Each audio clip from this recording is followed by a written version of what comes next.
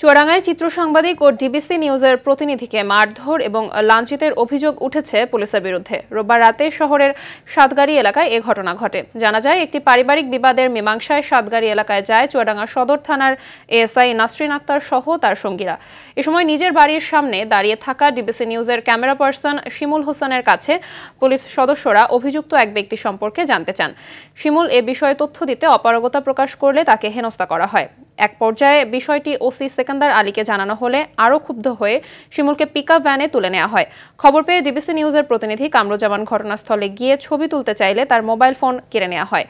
পরে পুলিশের ঊর্ধ্বতন কর্মকর্তাদের অবহিত করলে তাকে ছেড়ে দেওয়া হয়।